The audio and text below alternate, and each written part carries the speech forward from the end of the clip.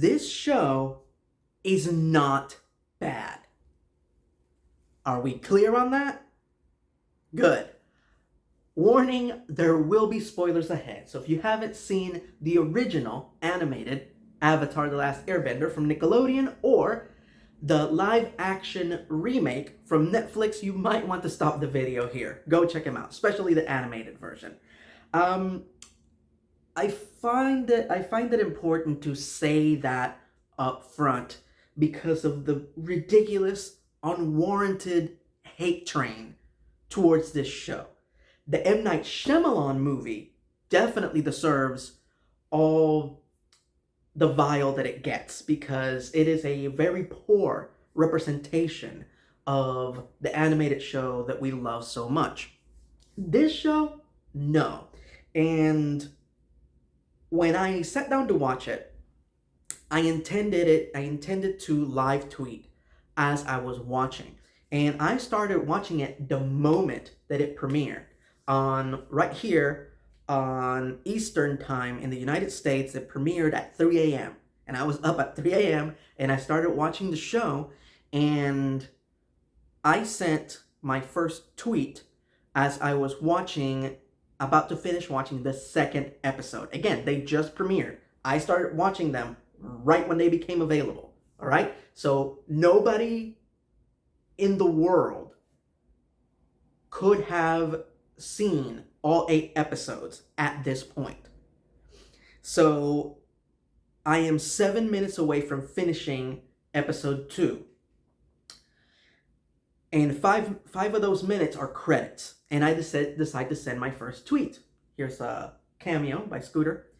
I decide to send my first tweet, and all I said was, man, I'm only 2 episodes in, and this version doesn't have the heart and the humor of the original. That's it. I didn't say the show was bad. I didn't review the whole thing based on 2 episodes. It's in the tweet.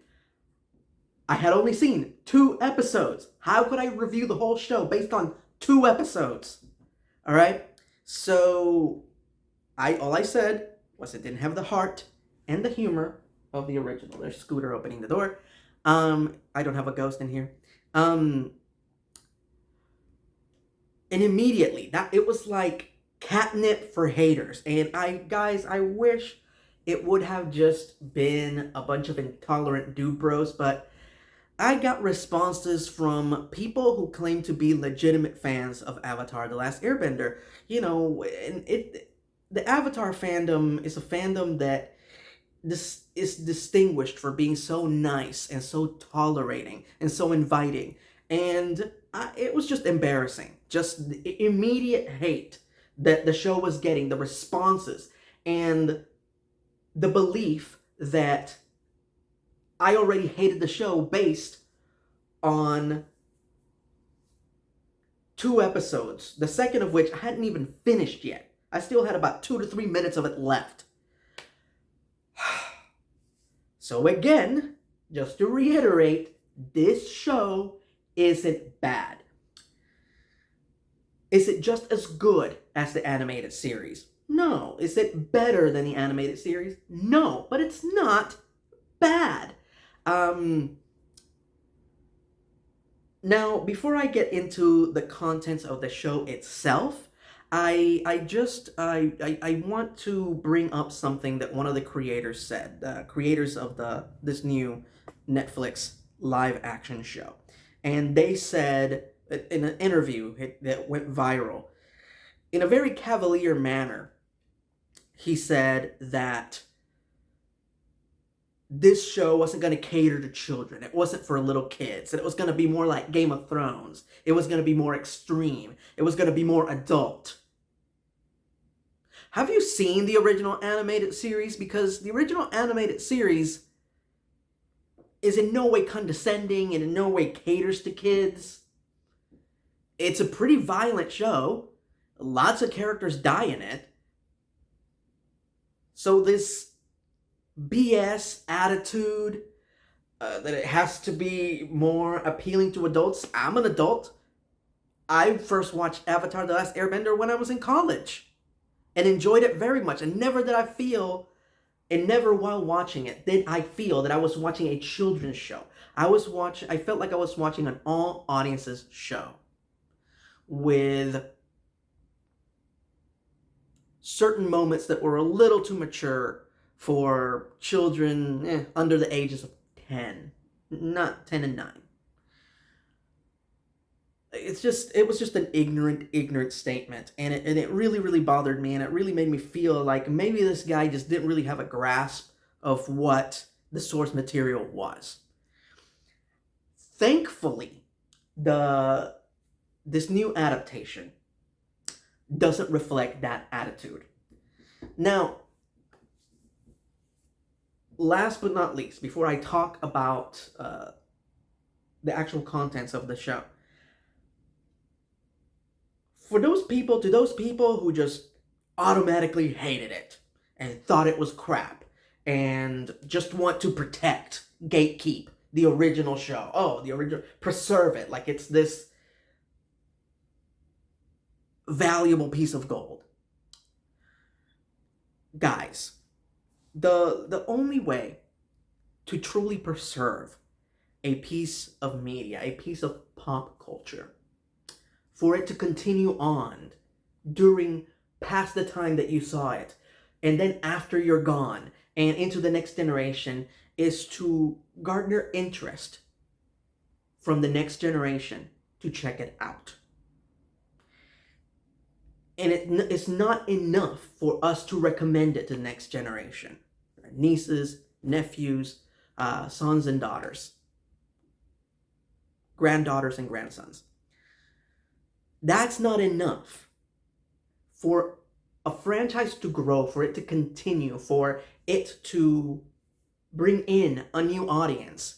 You need adaptations. You need revivals. It is a vital part of the franchise. You know how many more viewers that horrible M. Night Shyamalan movie brought to Avatar: The Last Airbender?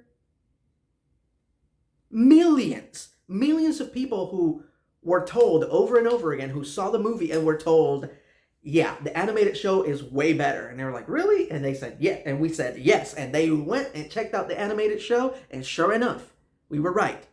Because comparatively, the numbers from when the show first aired and when it was first became available on streaming on Netflix, way different. Way, way bigger. Where did all these extra viewers come from? Fans recommending it, and M. Night Shyamalan advertising it, whether it meant to or not. Because it doesn't matter how good or bad that movie was, it drew focus to the franchise. It drew interest to the franchise. And there are millions of people out there who watched the cartoon for the first time ever because of that movie, whether you want to accept it or not. And this new show on Netflix will have the exact same effect tenfold, because not only is it a good show and it'll make you curious about the source material, but the animated series is right there on Netflix. The moment you're done watching the live action version, you can just click on the animated version and watch the full thing, watch the full saga in one go, one after the other, I should say. So all this automatic hatred towards the live action version, stow it right now, because it's ridiculous and it's counterproductive. If you love the franchise and you want it to grow and you want the next generation to enjoy it, embrace the adaptations. If you don't like it, shut up and don't watch it. The end.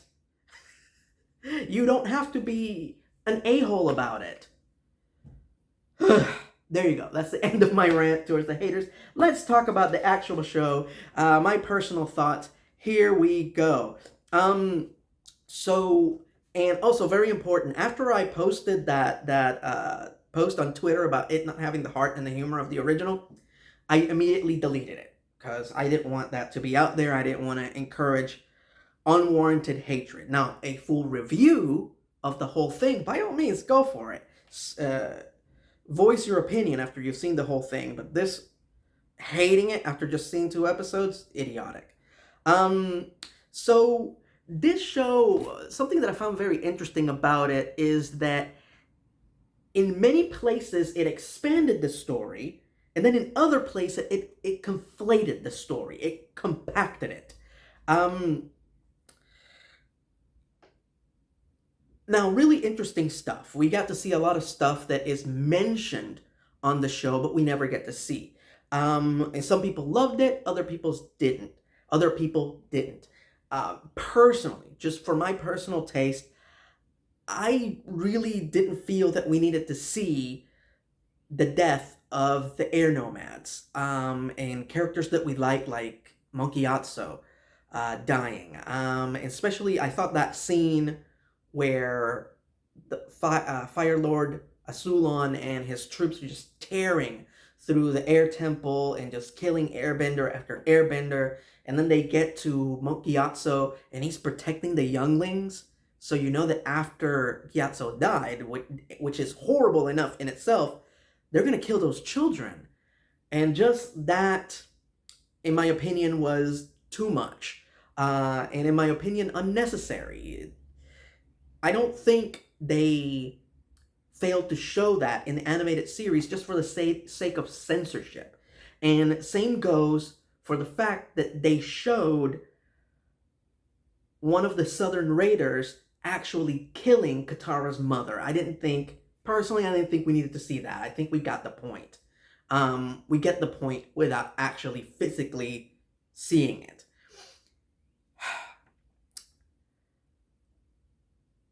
And also, as far as their compacting things, there's some episodes 3 and 4 hilariously pack about between 4 to 6 episodes in just those two.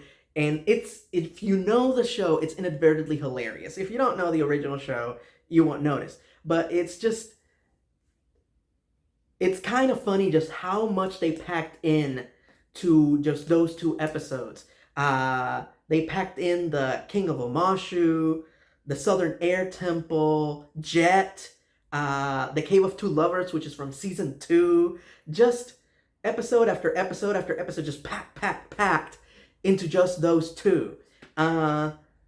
Which again was a bit much. It was Avatar overload, in my opinion, but again, it's the kind of thing that if you're not familiar with the source material, you won't notice it and you'll be fine.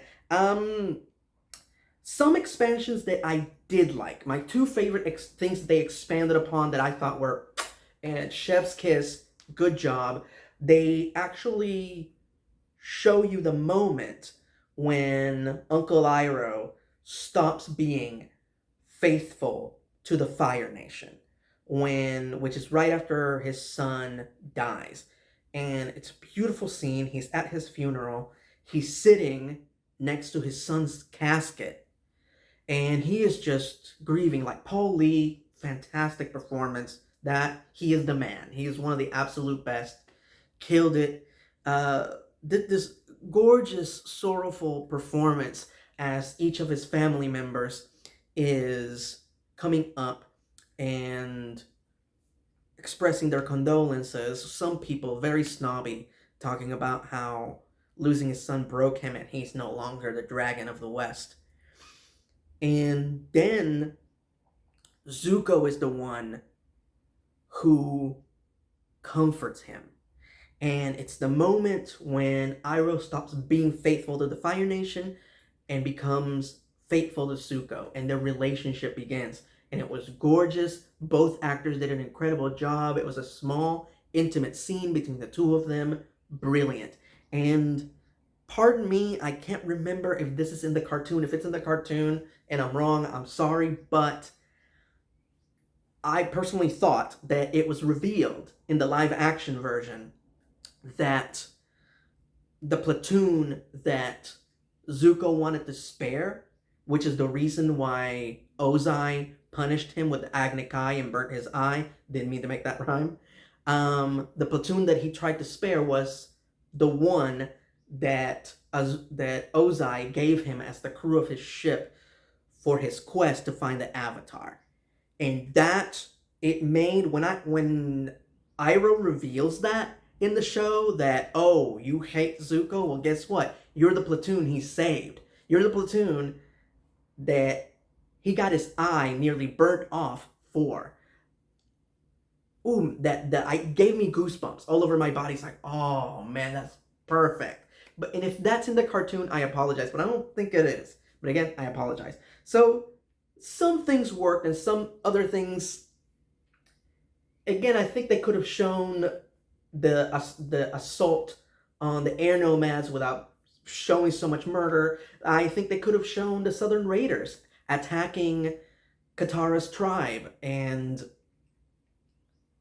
possibly the beginning of that final moment with her mother without being so unnecessarily graphic. But that's just my opinion. That in no way ruined the overall quality of the show. So let me take a moment to praise the cast, because this is a really good cast, and one of the most moronic, stupid, poopy, unnecessary criticisms that I've heard about this show is that the actors don't act like the characters on the show. They don't have to. They're actors. This is their own interpretation. The characterizations are still the same.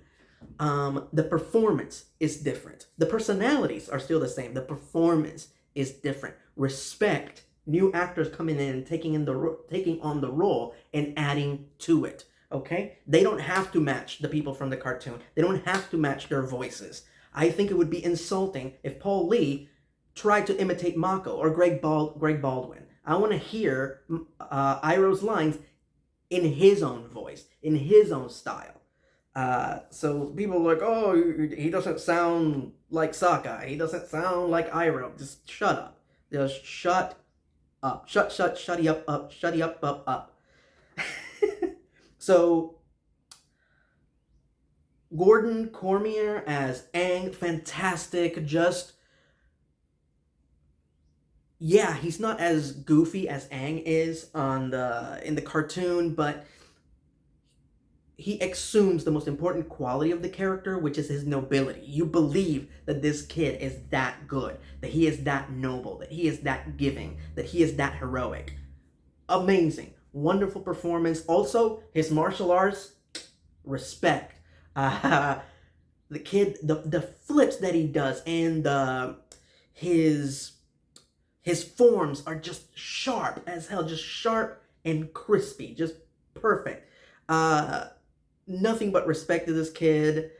Everything that he did in service of the show, from his acting to his fight choreography to shaving his head, just everything that he did, just a fantastic actor. And I'm not just looking forward to future seasons of the show, I'm looking forward to seeing this kid in more things. Kaiwen Tarbell as Katara. So she took a less bossy approach towards it, and just more noble, sweeter, gentler version of Katara, and that's perfectly fine. You don't have to be aggressive to be strong. My grandmother, who's like 5'0", one of the very, very short, tiny, skinny lady, 90 pounds soaking wet. One of the toughest ladies I've ever seen, but at the same time, very gentle, very sweet, very much like Katara is on the show. And I think Kaiwen found a good balance there. I have to give praise. Dallas James Liu as Zuko, oh my god, the constant internal struggle of that character is 100% painted on this kid's face. And also his kicks, holy crap, those spinning and flipping kicks that he would perform just on cue every single time, sometimes two of them right after the other, amazing. unbelievably good actor, beyond his years. Nothing but respect. Zuko, I think, is the most important role in the show. If Zuko doesn't work, I don't think that the rest of the show works. And he nailed it. Just make everyone proud, from Dante Bosco to the writers of the original show. Fantastic performance. I also have to give props to Ken Long, who played Commander Zhao. This man has made a career out of playing a colossal douchebag in almost everything that he does. He has perfected the art of jerkiness. And boy, like, he makes you hate Zhao. Like, the first millisecond that he's on screen, you're like, I just need to punch this guy. And the thing is that Ken is one of the nicest human beings on the face of the earth, but he just has a magnificent talent for playing that particular archetype. And I have to give him not only him, but the casting director as well, for choosing him, knowing that he would be able to make Zhao as unlikable as possible in a short amount of time. Unbelievable. Excellent choice for the big bad of season 1. Another criticism that I heard was that they brought Azula in too early. You know what? She went on to become such a major character that if the creators of the original show had known that she was going to be so big and so popular and work so well, I'm sure they would have done the same thing. And as far as the things that they expanded in this version, I like how we're seeing Azula's progression, because she wasn't that bad when you first see her. Yes, she's willing to please her father, but she's not there yet.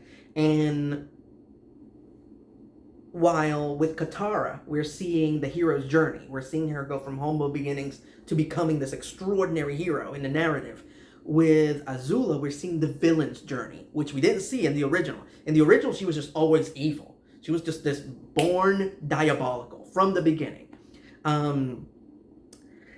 But here we're seeing that progression. We're seeing her get more ambitious, more willing to do anything to please her father and be the heir apparent. We see her the first time she shoots lightning and becoming worse and worse and worse. And that's the part of this show that I'm the most fascinated with, I have to say. And I don't understand what all the hate is all about.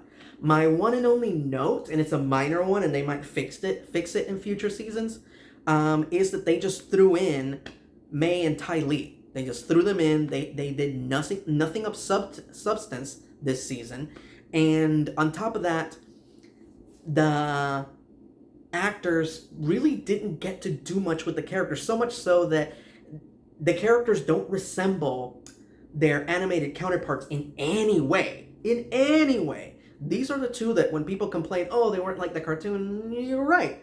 But at the same time, they really didn't give the two actors that they casted much to do. So again, it's something they might fix in future seasons. But these are two characters that I love, that I thought were amazing additions to the show. Happy that they're being included in the show so quickly. But look, if you're going to put them in there, use them. And if you're going to use them, please, could they at least resemble the characters that we love a little bit more. Again, respecting the choices that the actors make, but I mean, come on. If you want to use May and Ty Lee, use May and Ty Lee.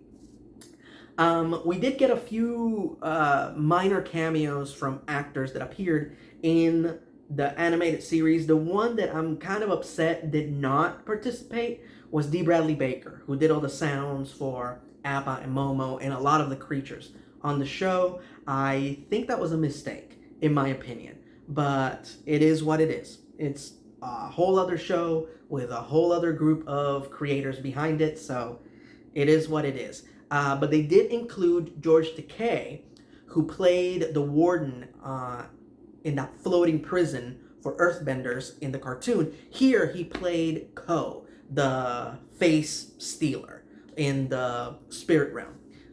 Excellent performance. And of course, the most exciting cameo from the original series to the new series, to this live action series, was James C., who did the voice of the cabbage merchant throughout the original animated series. We physically see him in this show, and we see him multiple times, and he constantly gets interrupted before he gets to say his signature line. And then when he finally got to say, "My cabbages," it was glorious. Wonderful that they included him, and I hope to see him through the next 2 seasons. I think that will be great. As far as folks complaining about the original cast members not making an appearance, please keep in mind that in the world of Avatar, there are no Caucasian or white people. All right, it's a race that is not represented in this world, and the cast of the animated series is predominantly white. Also, it's been hinted at repeatedly that when they get to season 3 and they do the episode about the Amber Island players, where the characters go to see a play about the Avatar and everything that has transpired so far, that the voice actors from the cartoon will play the Amber Island players, the fake versions of the characters. And this has been hinted at by so many people, by the actors from this show, the actors from the animated series have said it on multiple interviews and multiple panels. So it seems like that's the most likely moment in this new version where we will see cameos from the original cast. And if they pull the trigger on that, if it's true, it will be wonderful, and I'm happy to wait 2 more seasons to get to see that, because it's a fantastic idea, and there's no reason for them not to use those actors if they do the whole episode, or at least half an episode dedicated to the Amber Island players. Anyway, also, my God, the talent, like, there were a few, like, major heavy hitters, like, big actors playing supporting roles. Just want to call out a few names, amazing actors that show up in supporting players. Danny Pudi, Tamlin Tomita, A. Martinez, they snuck a Latino in there, deeply appreciated. So, yeah, all those amazing actors, major respect to the casting director. Again, the casting on the show, top notch. Sarah Haley Finn level. Sarah Haley Finn is the casting director for the Marvel movies and show, and she never misses. So, something in this show that is definitely much better than the animated series, Princess Yue. Princess Yue is such an important character in season 1. She is the only reason that they win in the end. She sacrifices herself to give waterbending back to the Water Tribe, and which leads to their victory against the Fire Nation's attack on the Northern Water Tribe. And there's not much to her in the animated series. It's not performed badly, and it's not written badly. It's just she's in very few episodes. She does very little. We barely get to know her. All we know is that she's really nice, and she's Sokka's love interest. And right when we start to sort of get a sense of who she is, she's gone. Here, the character is much better. They do a much better job of introducing her and fleshing her out and showing you who she is, and how important she is to her people, and how much she does for her people. And the actor who played her, so freaking charismatic. You immediately get to like her. You 100% understand why Sokka falls for her. And I'm like, man, this actor's terrific. I just respect to this person, and I take out my phone and I looked up who it was. It was Amber Midthunder. Amber Midthunder played Princess Yue If that name doesn't sound familiar to you, you need to watch Prey. Good movie that she's very good in, playing a completely different character. One movie she's playing Sheena the She-Devil, and in this show she's basically playing Princess Peach. Very different characters. Both kick-ass women, but very different characters. So respect to Amber Mid-Thunder. She continues to blow my mind. People keep telling me to check out Legion again. That's an old movie I watched that really didn't stick to me, but she was really good in Legion. I'm like, okay, I need to go back and rewatch it then. All right. But man, amazing. So that was definitely 100% better. Anyway, so those are my thoughts on that live action Avatar, The Last Airbender. Yes, I agree with most of you that it was really stupid that they just killed off Momo to bring him back in the very next scene, or maybe just the very next few minutes. But honestly, it didn't bother me that much. But however, if it did bother you and you want to voice your opinion about it, feel free to say so in the comment section below. Just please be respectful. There's no reason you can voice your opinion about something, even if it's negative, without being disrespectful. And especially, respect one another. Come on, guys, we're all on the same team. Now, a little bit of housekeeping before I close this off. On my Patreon page, in honor of the fact that they are reviving X-Men the Animated Series with X-Men 97 on March 20th, Wednesday, March 20th. Can't wait. In honor of the return of the 90s X-Men, I am counting down my top 10 favorite episodes of X-Men the Animated Series. So if you want to check that out, find out what my favorites are, and voice what your favorites are in the comment section on my Patreon page, all you have to do is go to my Patreon page and check it out. But if you're not a patron and you want to check out that video, go to patreon.com/E-Rant and pledge $1. That's it, $1. You're helping me to continue producing videos, and in return, you get bonus videos. Can't beat that with a wooden stick. And last but not least, the announcement that you guys are waiting for, the announcement that most of you watch these videos to hear, what will be my next honest review. So, by popular demand, keeping on the theme, I received about, I want to say between 90 to 100 requests for this in these past few weeks. So, you want it, you got it. My next honest review will be Wolverine and the X-Men. There you go. You're getting an X-Men video right now, and an X-Men video, a professionally written and edited X-Men video, is coming up. Thank you for your ongoing support, because guys, as per usual, I could not do what I do without you.